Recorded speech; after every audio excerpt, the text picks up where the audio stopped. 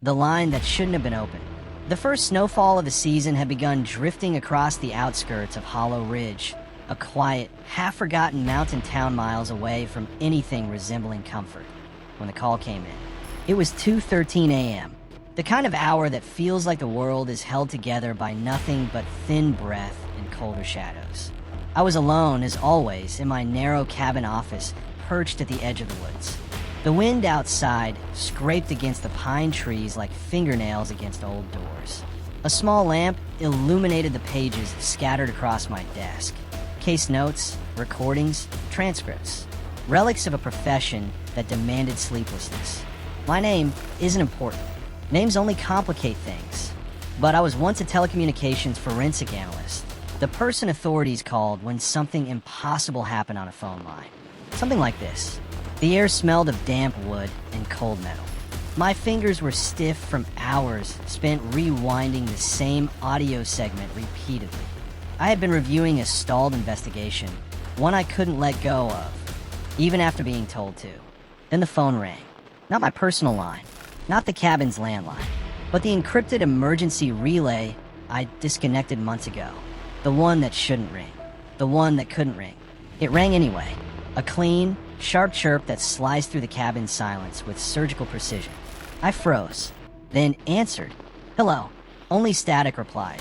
Soft at first, almost like breathing, then growing into a low, trembling swell of white noise. And beneath it, something else. A voice so faint at first, I thought it was my own blood pulsing behind my ear. Don't let it stop. I straightened, heart anchoring itself in the hollow space between beats. Who is this? No answer. Just static thickening, forming shapes. Like whispers trying to pierce through a storm. Then the voice came again, clearer this time, trembling, desperate. Please, don't hang up. My breath stilled. I had heard this voice before. 8 months ago, right before she died. The official record stated she made only one call, 32 seconds long, before the line went dead and her body was found inside her locked apartment. No forced entry, no struggle, no leads. Her name was Nora Hale, and this was her voice. But she had been dead for 8 months. I pressed the phone tighter to my ear, every sense sharpened to a needlepoint. Nora? Is that you? A rustling sound crackled through the line, like someone shifting or it was something dragging lightly against the tiled floor. The noise was distant, muffled, as if coming from a place too far away to belong to the living. Then, again, the whisper. He's still here. A coldness slid down my arms like ice water. My mind raced. Old recordings, archived audio, spliced transmissions, radio bleed through. There were rational explanations, but every rational explanation snapped apart the moment the next sound arrived. A rhythmic tapping, 3 knocks, slow, distinct, deliberate, the exact tapping pattern Nora mentioned in her final statement. The one she claimed came from inside the walls, right before her line had gone silent forever. I leaned back slowly. The wooden chair creaked under me, echoing through the cramped cabin. This wasn't a glitch. This wasn't recycled audio. This was live. Nora, I whispered, tell me where you are. Static surged, swallowing her voice in a wave of distortion. I gripped the receiver, knuckles pale, listening through the rising storm. Then, cutting through the static, a sound I will never forget. A man's breath. Close, steady, uncomfortably controlled. And just beneath it, Nora's voice, barely audible, a thread unraveling. Don't let him. A violent crack, a sharp inhale, a gasp. Then the line went dead. I sat frozen, the dead tone ringing in my ear long after the call ended. The cabin around me felt colder than before, as if the air had been dragged out of it. This was not haunting. This was not memory. This was not madness. This was a phone call from a woman long dead, and someone else had been on the line with her. The same someone who had never been identified. The same someone who had left no trace. The same someone who had remained silent for 8 months. Until now. And if Nora was somehow reaching out, there had to be a reason. A message. A warning. Or something she needed me to find. Outside, the wind pressed against the windows like a stranger leaning too close. Frost crept over the glass, branching into patterns like skeletal hands reaching inward. The room smelled faintly of burnt circuitry. The old encrypted relay device, dark for months, now emitted a single, flickering orange light. A voicemail notification. One new message. Timestamped 26 minutes before Nora's death, 8 months ago. But it had never shown up until tonight. My pulse tightened. Something or someone had held it back. And I was about to hear exactly what the victim heard seconds before her line went dead. Absolutely. Here is the full continuation, matching the same dark, cinematic, slow-burn narrative style, keeping it consistent with a 3-hour single narrator mystery. The town shifted around me as I kept walking deeper into its inner dark, as if the buildings themselves were leaning forward to hear what I would discover next. The night air carried the faint scent of metal, the kind that clings to hospital corridors and old morgues. Sharp, cold, unsettling. My footsteps echoed across the uneven pavement, each one swallowed into the silence like the town was afraid to let the sound escape. I didn't know where I was going exactly, only that something pulled me forward, a tug of my chest, a whisper of instinct that said the truth is just ahead. When dealing with cases like this, instinct often uncovered what evidence tried to hide. Ahead of me stood the old telegraph building, long abandoned, its windows boarded like eyes refusing to see. That structure, it held weight. History, secrets, and tonight it felt almost alive. I ran my hand along its old brick wall. Cold, damp, but humming faintly.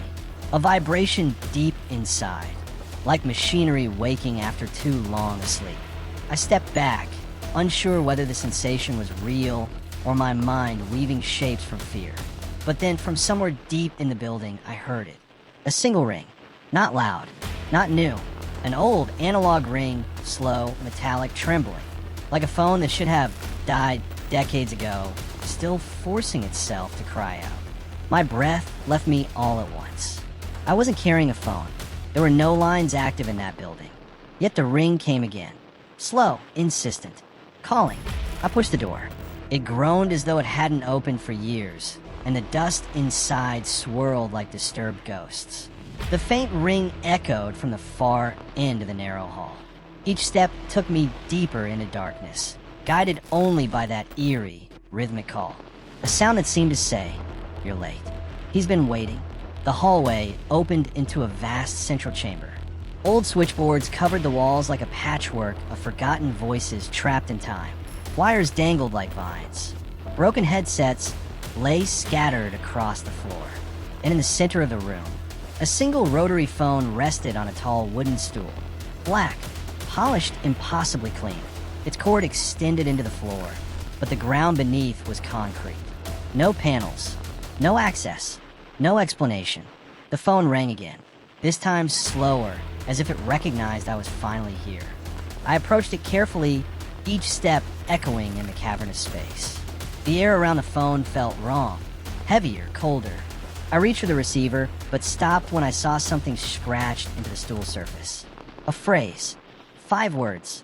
Thin, jagged, carved in desperation. Don't answer what answers back.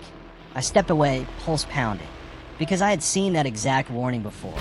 Once inside the victim's last known notebook, underlined twice, written the night he disappeared.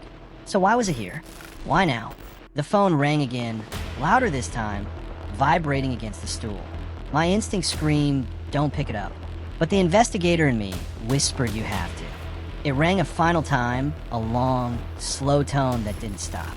It stretched, grew deeper, almost mechanical. The air pressure shifted. Lights flickered, though no electricity ran in this place. A low hum began to gather around the room, trembling the switchboards, causing wires to sway like they were breathing.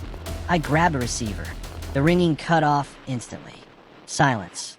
My heart pounded against my ribs as I raised the phone to my ear. Static. Then, a voice. Not speaking, breathing. Slow, deliberate, wet, like lungs filled with something thick. "Hello," I whispered. The breathing paused, and then the voice, a low whisper that didn't sound human, slid through the line. "You're not supposed to be here." My body froze. It wasn't the victim's voice. It wasn't any voice I recognized. But I knew, deep in the marrow of my bones, that this was the same voice the victim heard seconds before his call went dead. I forced myself to speak. "What did you do to him?" A soft chuckle answered. "Cold. Toothless. Hollow." He opened the door. "What door?" My voice shook despite my control. The whisper grew clearer, closer, as though leaning against my ear from inside the phone. "The door you're standing in front of." I spun around. The far wall, the one that had been solid concrete moments ago, now held a thin fracture of glowing light cutting through its middle, expanding slowly, like something was pushing from the other side.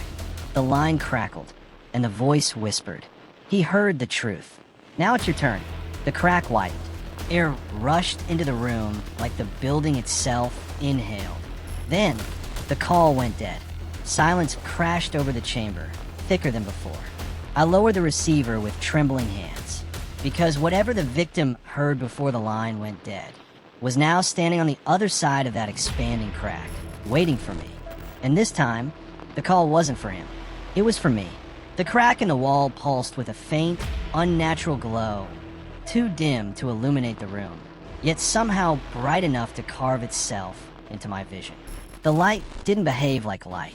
It didn't spread. It didn't cast shadows. It simply was like a slit in reality itself rather than any physical structure. I stepped back, my shoulders brushing against the ancient switchboards lining the room.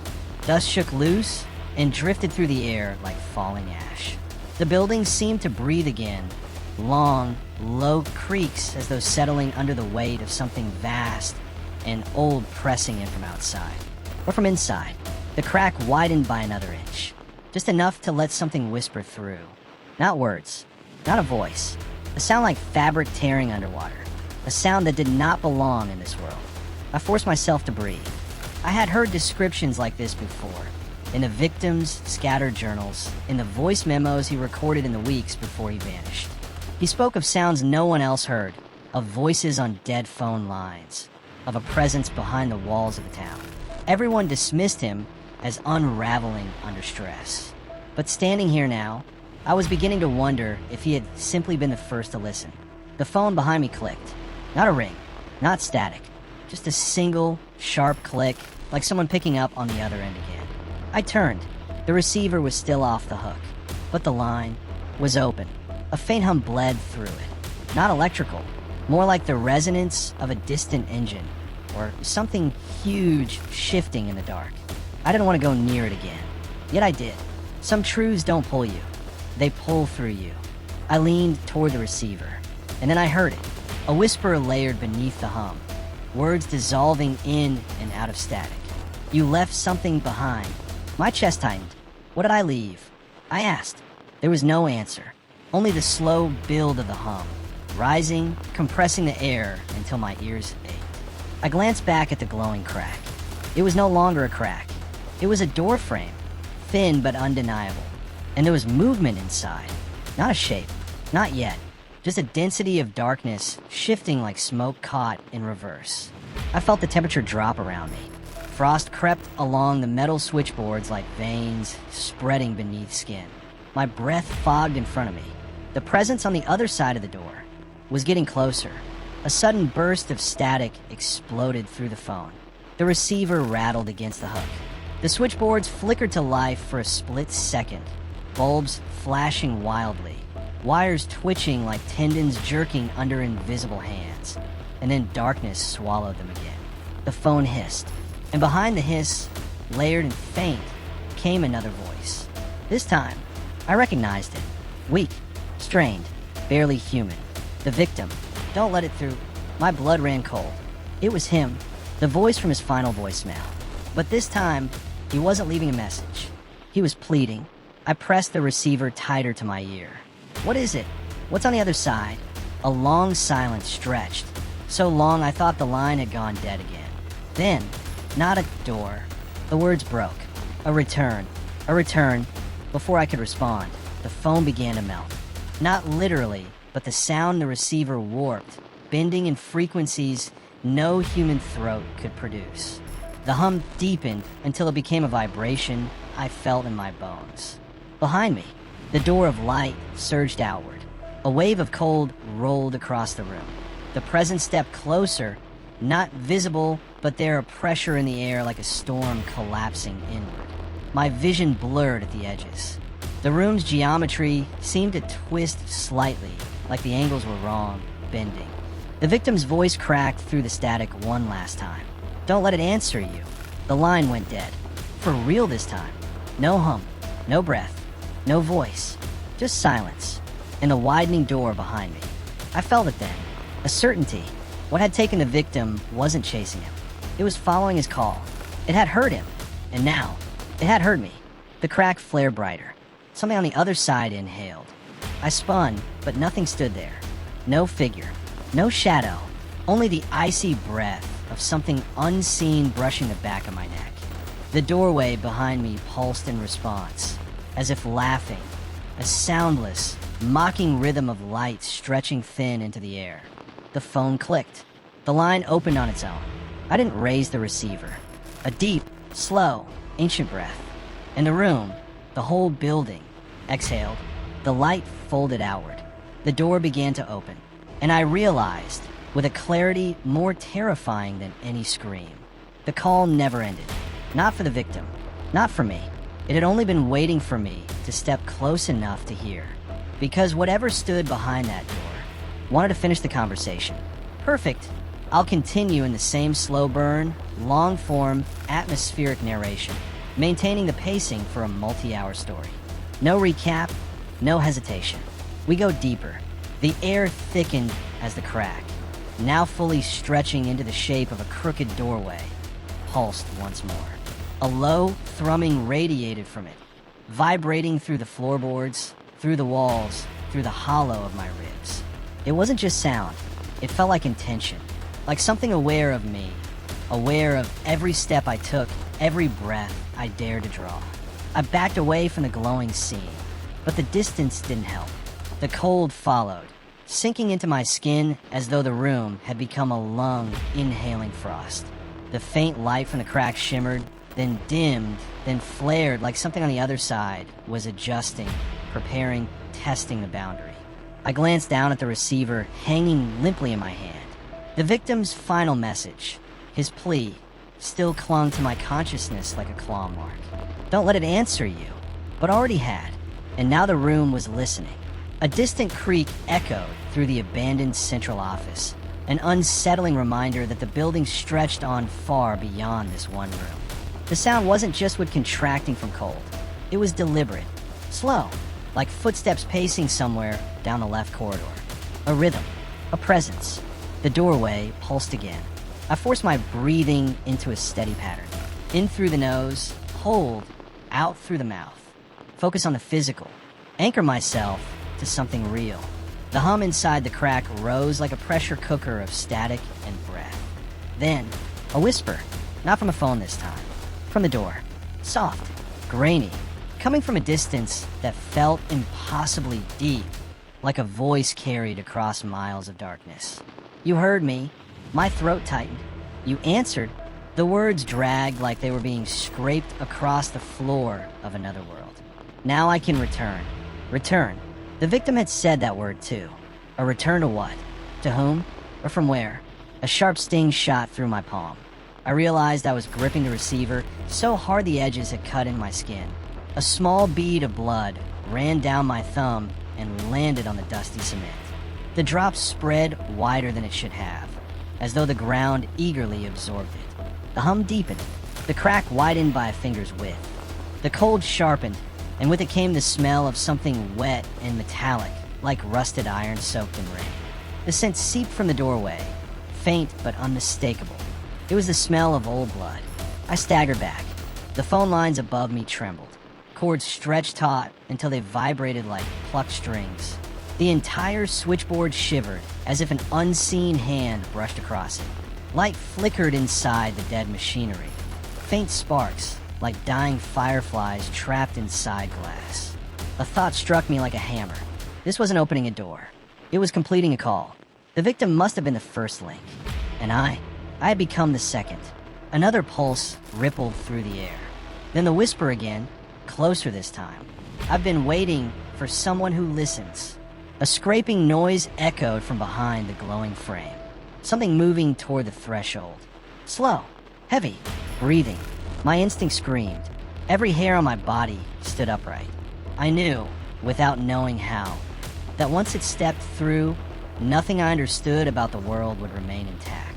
I braced myself and spoke, though my voice felt paper-thin against the weight of the room.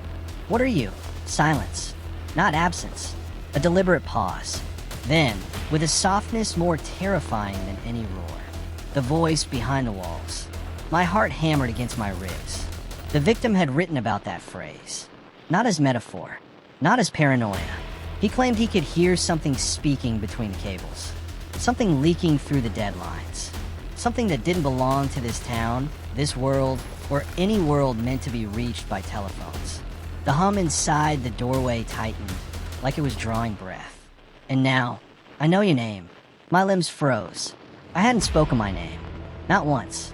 But something in that voice carried certainty, as if it had pulled the sound from my memories, from the static, from whatever connection had formed when I touched the receiver. The doorway widened enough for the glow to spill onto the floor. The light wasn't natural. It didn't illuminate. It erased shadows as though swallowing them. A silhouette shifted just beyond the frame, still hidden, still forming, still deciding how much of itself to reveal. Another sound rose behind it. A clicking, like teeth, or fingers tapping the inside of a wooden box. My breath hitched. "What do you want?" I managed. The silhouette stilled. The answer came like a caress sliding into my ear. To finish the call, the doorway flared brighter, painfully bright, and the cold surged toward me like a wave rolling through the room. Something was crossing. Something was stepping through. The victim's last words echoed in my head. "Don't let it through." But it was too late to shut the door. Too late to run. And the phone hanging from my trembling hand began to ring. Not once. Not twice. A continuous, rising, frantic ring. An alarm, a warning, a summons, so loud it fractured the silence and pounded against my skull. The silhouette behind the door leaned forward, and a line clicked open. Something breathed on the other end. Then, answer, the phone kept ringing. The doorway kept opening. And I realized, in a moment of paralyzing dread, the one thing more dangerous than answering the call was ignoring it. The phone's shrill cry tore through the frozen air, each ring scraping across the inside of my skull like a blade dragged along bone. It wasn't just loud, it was wrong. Too urgent, too fast, too aware of what was happening in the room. The ringing felt alive, reacting, breathing with every pulse of the widening doorway behind me. The door of light flickered, expanding by another inch. The silhouette beyond it shifted again, resolving into something vaguely human in outline. Tall, too tall, with limbs that didn't quite hang the way limbs should. Each movement looked studied, rehearsed, as though it was trying to mimic the motions of a body it had only seen from afar. The phone rang again, and again, and again. The line wanted an answer. The presence wanted a response. And between them, I stood, a fragile scrap of warmth in a room turning steadily colder, darker, and narrower, as though the walls themselves were leaning in to listen. My throat tightened. I forced myself to look at the receiver, still trembling in my hand. The cord stretched taut, quivering like something on the other end was pulling it, trying to drag me into the conversation whether I agreed or not. The phone rang once more, then fell silent. The sudden quiet was worse. Much worse. The darkness beyond the door rustled like fabric dragging across stone. Then, very softly, the whisper returned, no longer distant. It was right behind my ear. "You should answer."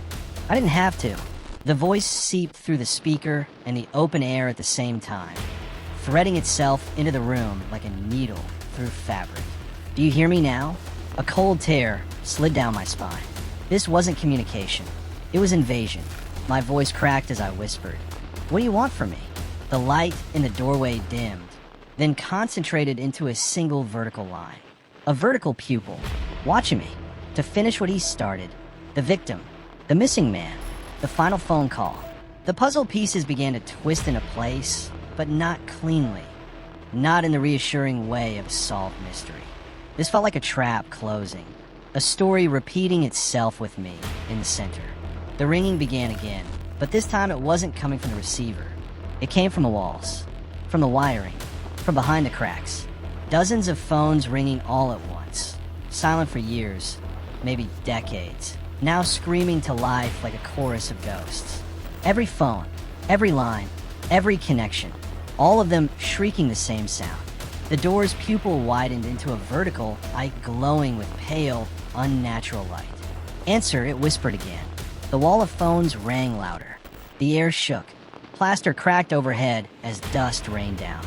The silhouette beyond the door raised one of its two long arms and placed something on the threshold. Something small, square, and black. A tape recorder. Old. Scratched.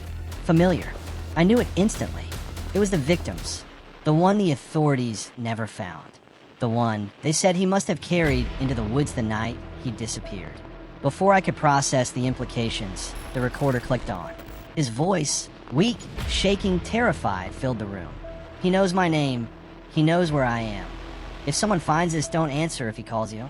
Static swallowed the rest. The door flared. The silhouette leaned closer. And the voice behind every ringing phone, behind the doorway, behind the walls, behind my own heartbeat, whispered, "Too late, you already did." The light snapped outward, flooding the room. I shielded my eyes. Something stepped through.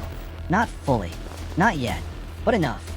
A hand, long, pale, jointed wrong, fingers tapering like sharpened wires, reached into the room and touched the floor. The touch left a scorch mark. A dark print.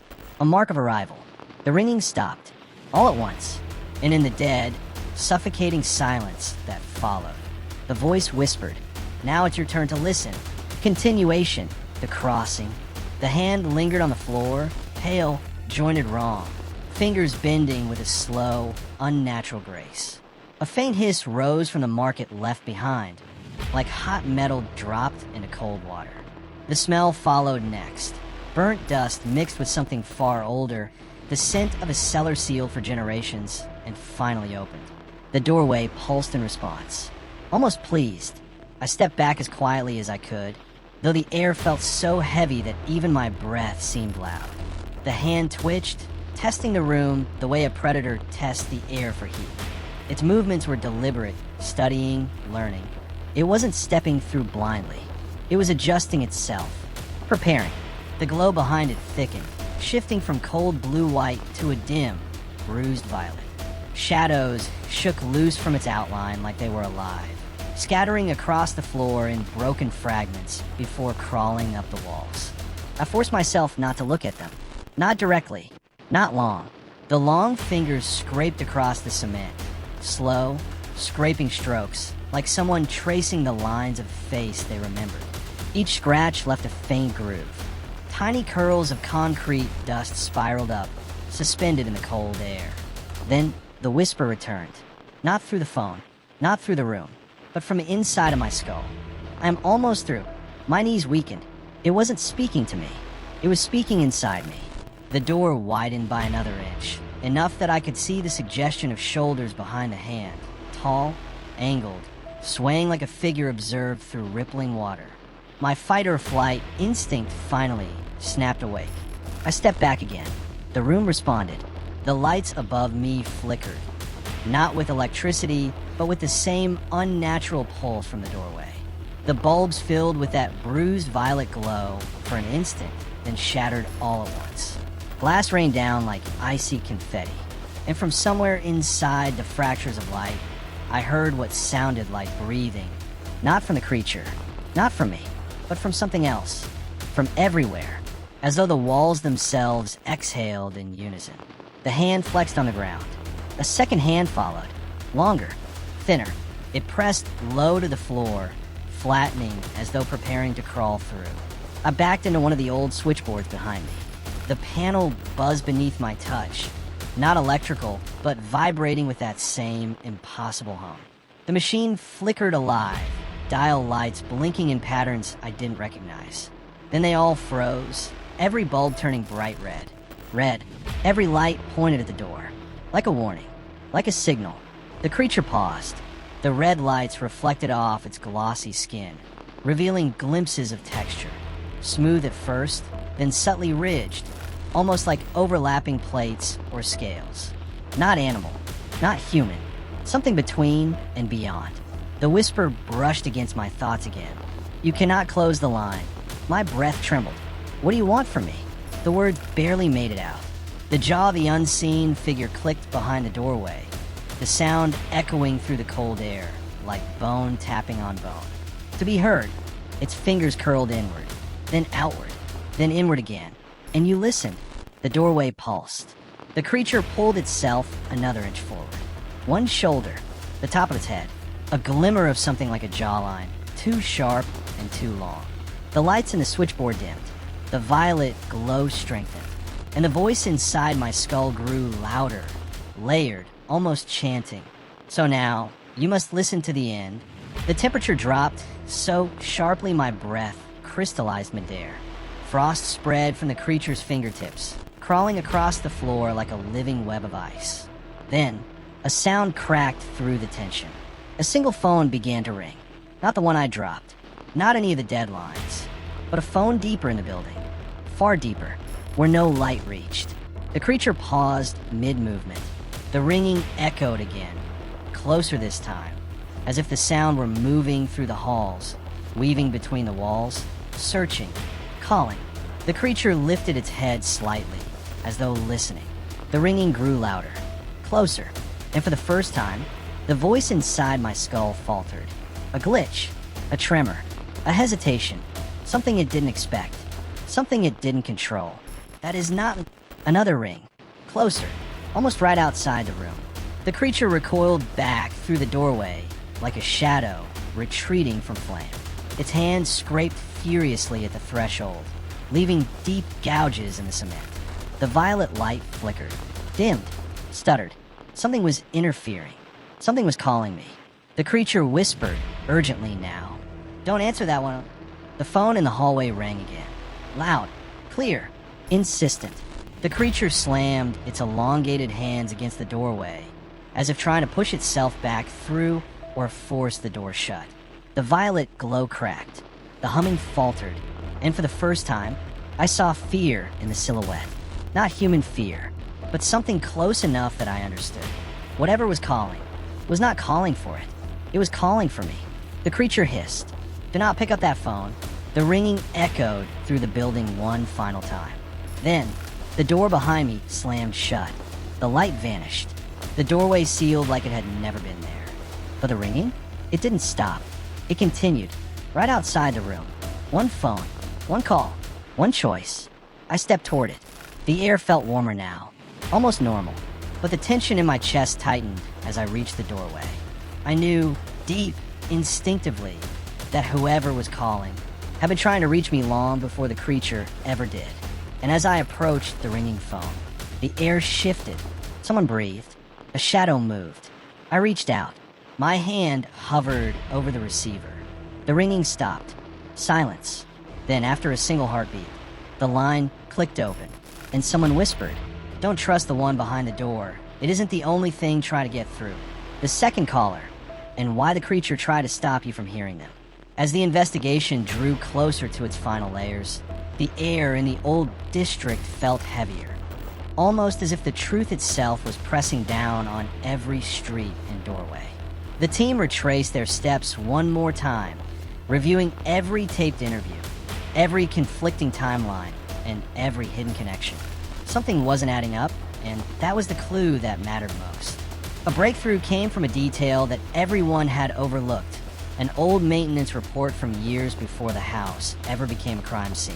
It mentioned unauthorized attic renovations, completed quietly, without any permits. That meant whoever hid in the attic had access long before the day the investigators thought the crime began. This wasn't a sudden intrusion. It was long-term surveillance, long-term planning, long-term intent. The truth finally surfaced. The person hiding above the rafters wasn't a stranger. There was someone who had been inside the story the entire time. Someone trusted, someone who had used familiarity as camouflage. The attic wasn't just a hiding place. It was a vantage point, a silent theater seat above the lives unfolding below. When the confrontation happened, it wasn't dramatic or loud. It was quiet, eerily quiet. The culprit didn't run, didn't fight. They simply surrendered, as if the weight of the truth had finally grown heavier than the attic that sheltered them. In their confession, they revealed the motive: fear, resentment, and a desperate attempt to control a narrative slipping out of their hands. The case wrapped with a strange mix of relief and lingering shock. Homes were renovated, locks changed, and life slowly returned to its rhythm. But the community never forgot the eerie lesson. Sometimes the danger is not outside, but above, behind, or already within the circle you trust. With the culprit in custody and the final piece of the puzzle laid bare, the Mystery Crime Scene Chronicles closed this chapter, leaving behind a whispering reminder. Every story has an unseen layer, and every secret, no matter how deeply hidden, eventually finds the light. Thank you for watching this crime scene till the end. If you would like to watch more and would like to receive notification when we upload the next video, please like, share, and subscribe to the channel. Thank you. Goodbye. See you in our next video.